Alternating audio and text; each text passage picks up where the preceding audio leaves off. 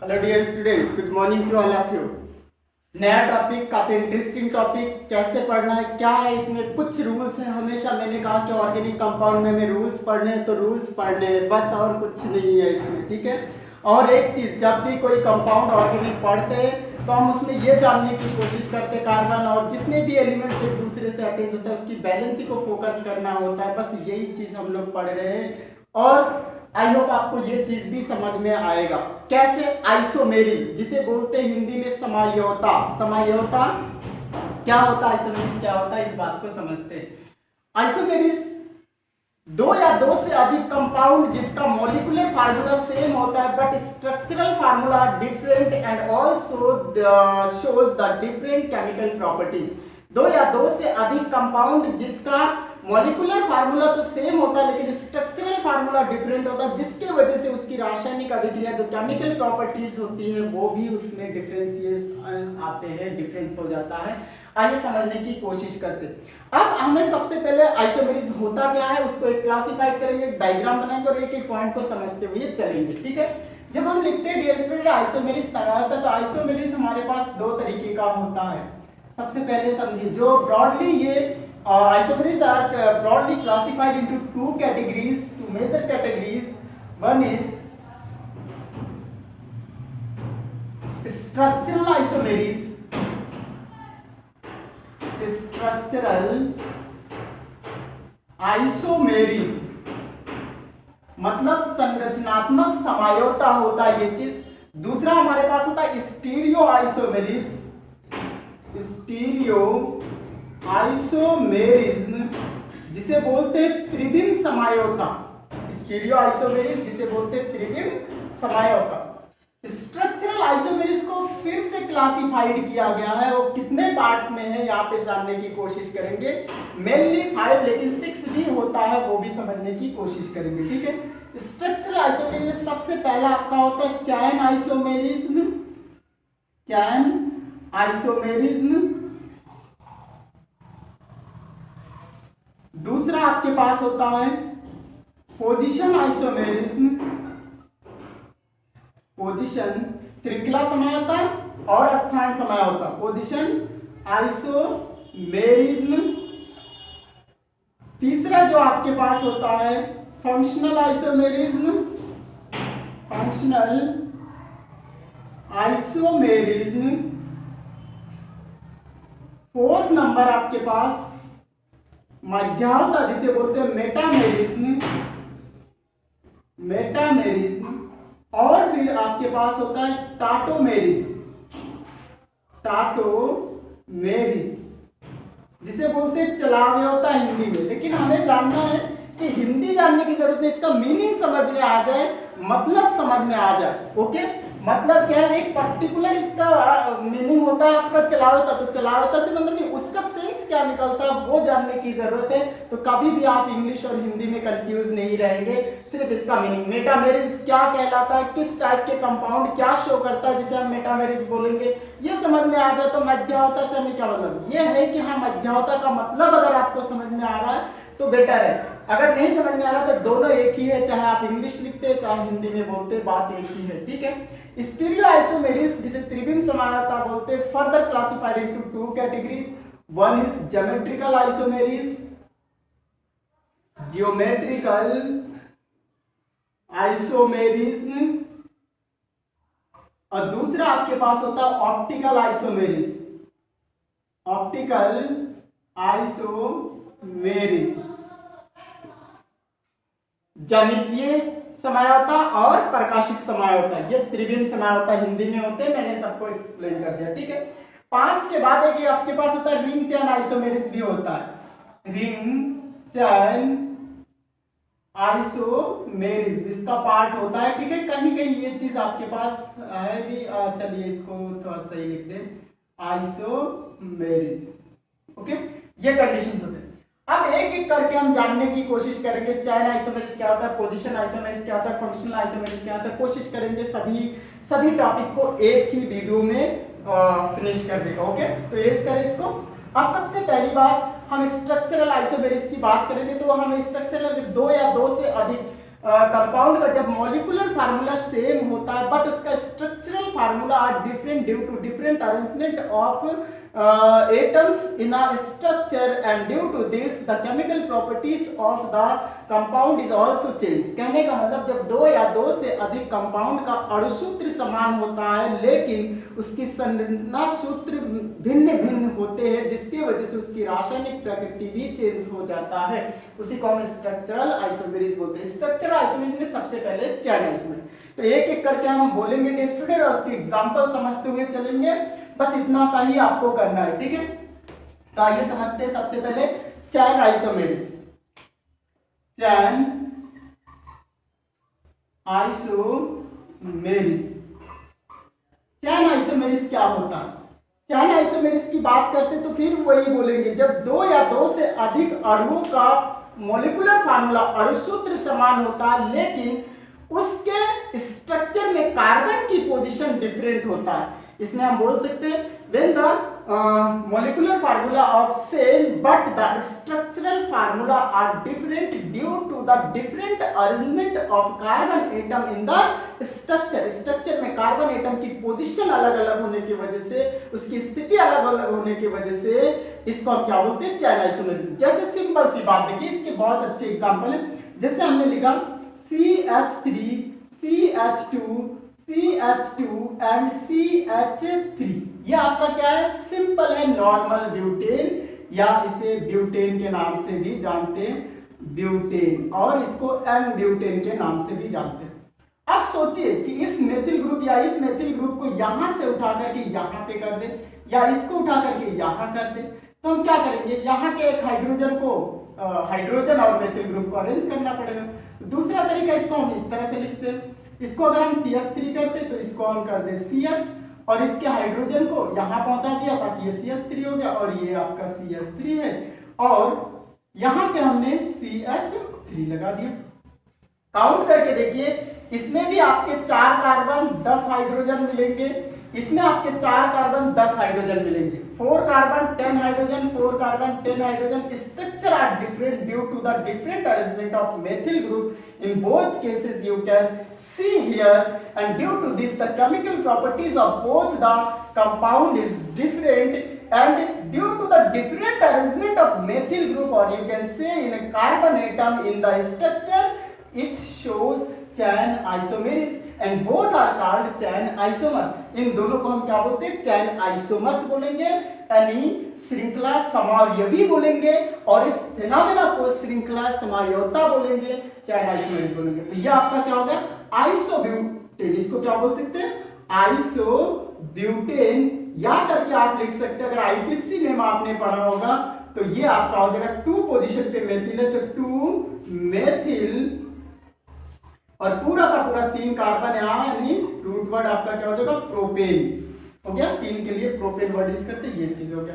एक और एग्जांपल देते हैं, जैसे आपने लिखा CH3 CH2 CH2 CH2 CH3।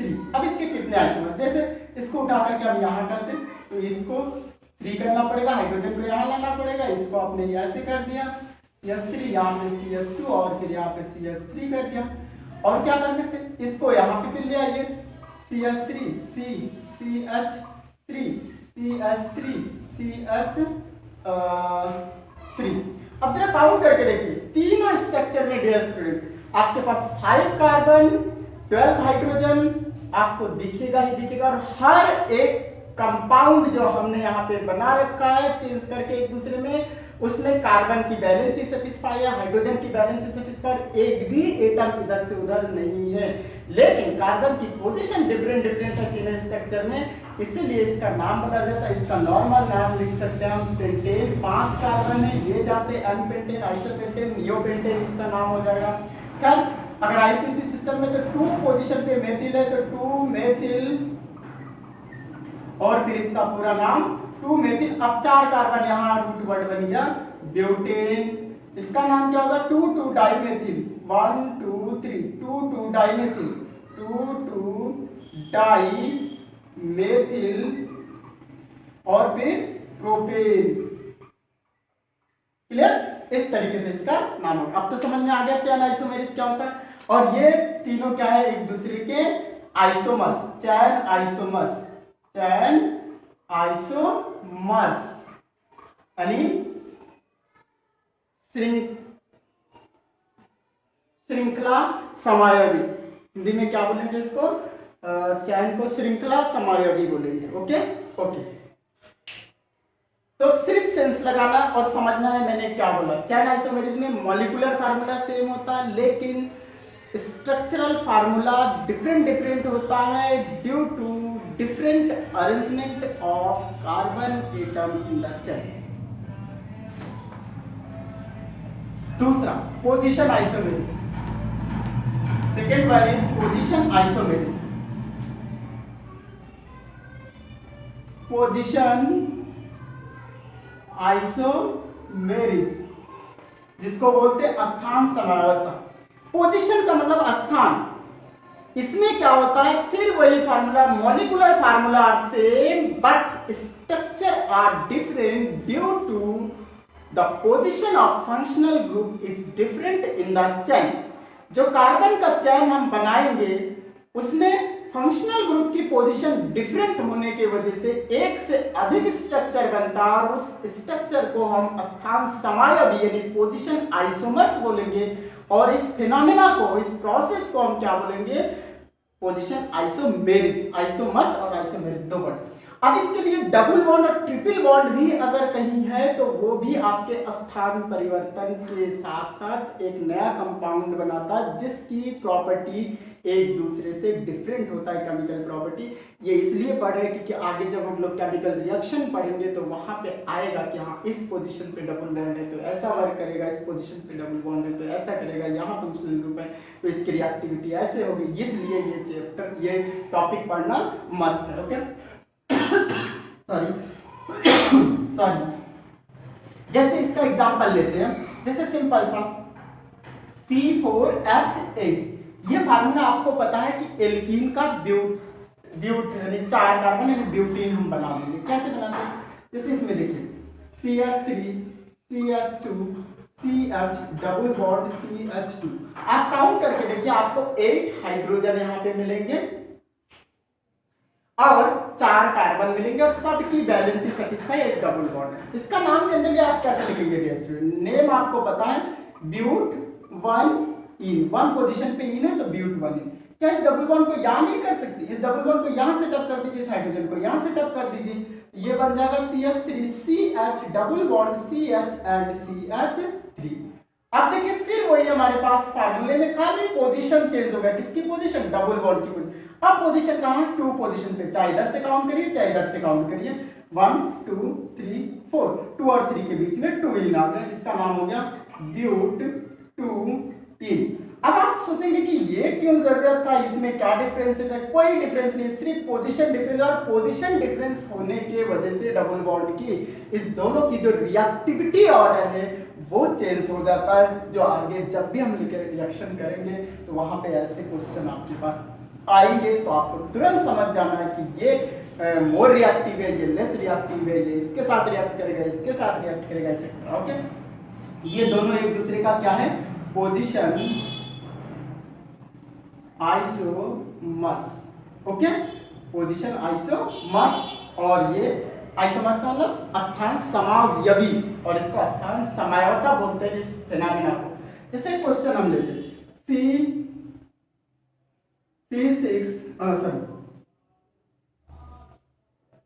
CH3 CH2 CH2 CH2 and OH। Dear student इसका नाम लिखेंगे 1 2 3 4, इस तरह देने के बाद इस टोटल में 4 आपके पास कार्बन है तो इसका नाम हो जाएगा ब्यूटेन, और ब्यूटेन के लास्ट में से ई को हटा करके 1 ऑल।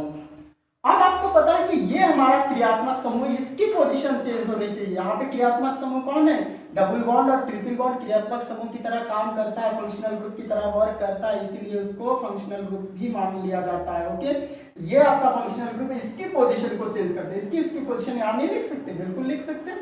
यहाँ पे क्या हो जाएगा CH3 CH अगर यहाँ भी लिख देते तब भी कोई दिक्कत नहीं, CH2 और CH3, चाहे यहाँ लिखते चाहे लिखते एक ही बात है। अगर यहाँ लिखते तो नंबर यहाँ से करते, यहाँ लिखा हुआ है तो नंबर इधर से करिए, तब भी ये आएगा 2 पोजीशन पे। तो इसका नाम हो जाएगा ब्यूटेन 2 ऑल।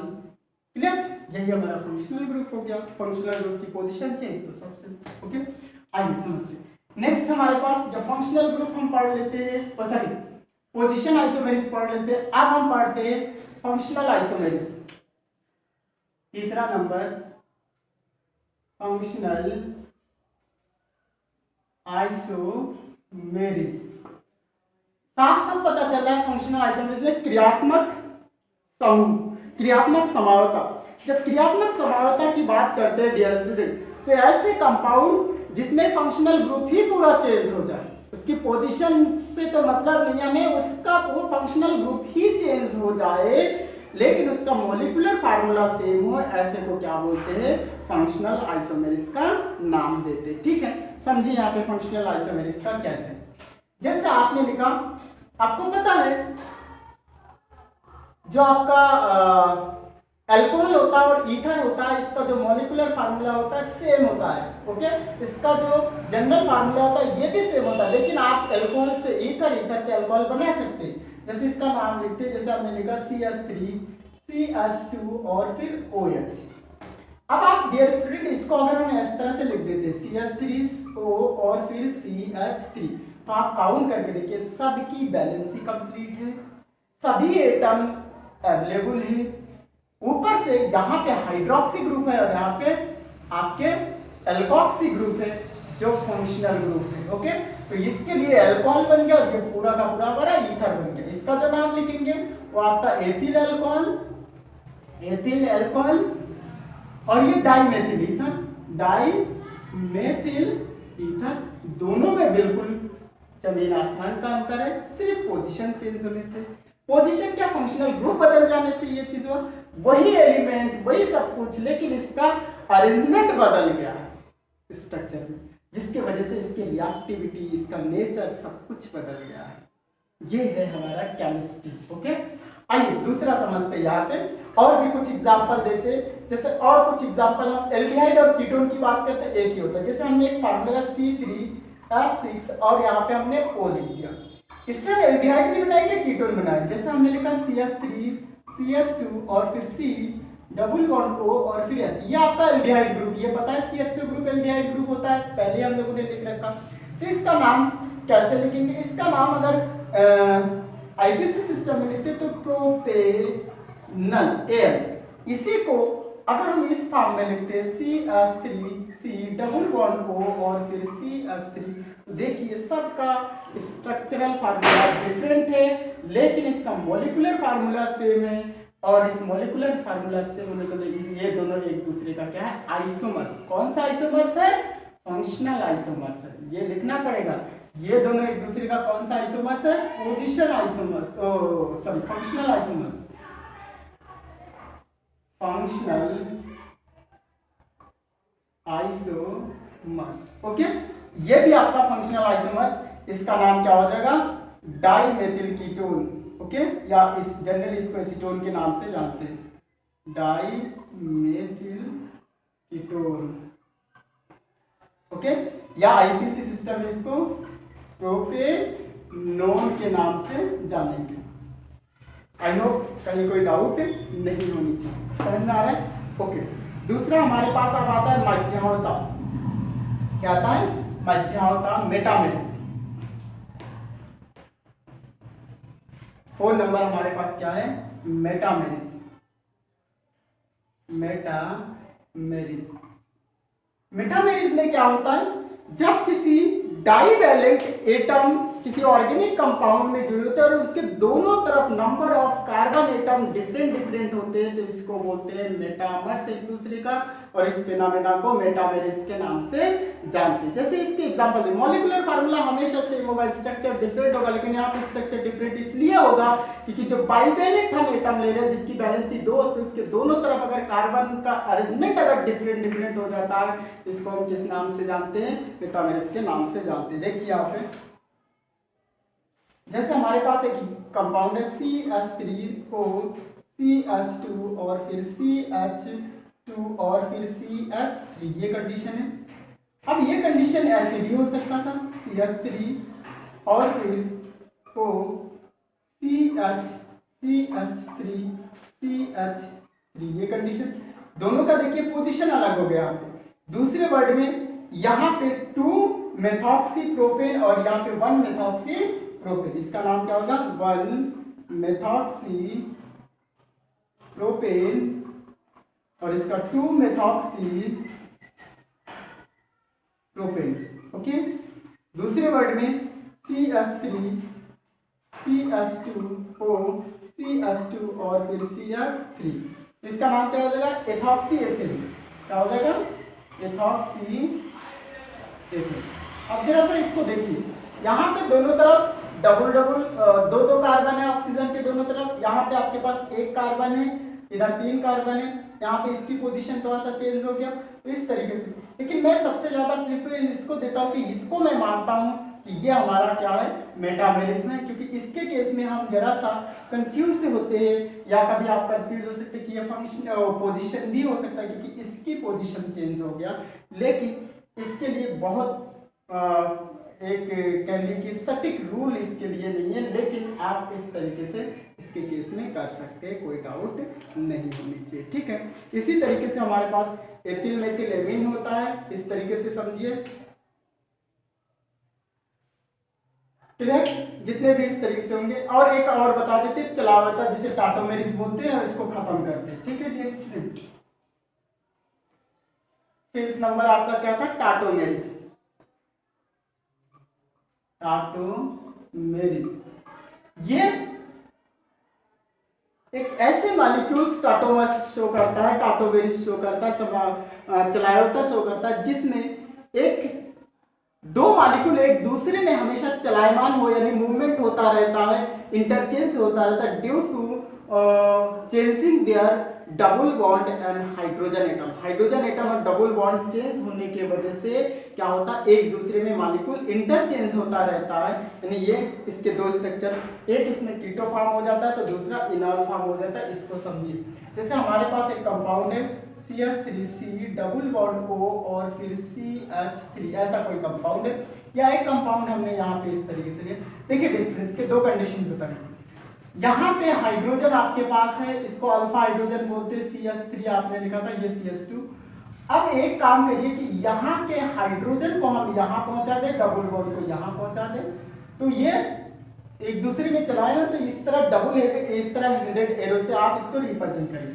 इसको कैसे लिख सकते हैं, CH3C और फिर OH और फिर डबल बॉन्ड CH2, ये आपका कीटो फॉर्म था, तो ये आपका इनॉल फॉर्म था। इन क्यों आया, डबल बॉन्ड की वजह से, ऑल क्यों आया, हाइड्रोक्सी ग्रुप से। समझ पाए, अगर कोई लॉन्गेस्ट चेन हमारे इस तरीके से होता है, CH3 CH2 फिर C double bond O CH2 and CH3, तो हमेशा अल्फा कार्बन से ही हाइड्रोजन का और डबल बॉन्ड का इंटरचेंजिंग होगा यहाँ पे, ना कि इस कार्बन से, ना कि इस कार्बन से। यहाँ से हो सकता है, यहाँ से हो सकता है। ठीक है, अगर यहाँ से हुआ तो ये चीज आपका क्या बनेगा, CH3CH, यहाँ पे डबल बॉन्ड C और यहाँ पे OH और फिर CH2 और फिर CH2 और फिर CH3।